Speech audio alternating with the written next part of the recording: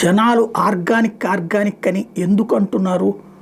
సహజ సిద్ధమైన ఆహారం కోసం ఎందుకు తపన పడుతున్నారు?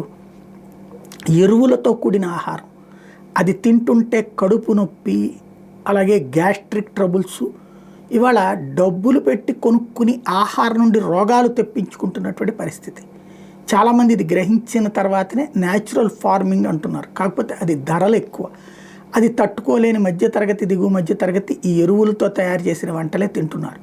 కానీ ప్రపంచంలోనే అతి ఎక్కువ ఎరువులు వాడేటటువంటి దేశం భారత్ అట.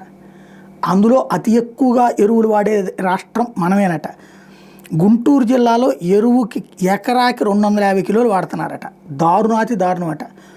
పల్నాడు జిల్లాలో 176 కిలోలు ఎకరాకి వాడుతున్నారట. పశ్చిమ గోదావరిలో 170 కిలోలు వాడుతున్నారు ఎకరాకి కిలోల్లో. అదే సమయంలో అతి తక్కువ వాడుతున్న జిల్లాలు కూడా మనయే ఉన్నాయి దేశం మొత్తం మీద. అందులో అల్లూరి సీతారామరాజు జిల్లాలో ఎకరాకి 11 కిలోలే వాడతారు. సత్యసాయి జిల్లాలో 30 కిలోలు వాడతారు. విశాఖపట్నంలో 34 కిలోలు వాడతారు. అనకాపల్లిలో 34 కిలోలు వాడతారు. పార్వతీపురం మన్యంలో 36 వాడతారు. డాక్టర్ బిఆర్ అంబేద్కర్ కోనసీమలో 50.8 వాడతారు. కాకినాడలో 55.2 వాడతారు. దీంతో పోల్చుకుంటే అక్కడ ఎంత స్థాయిలో ఎరువులు భూమిని పిండేస్తున్నారు సారం పేరుతో అన్నటువంటి విషయం స్పష్టమవుతుంది.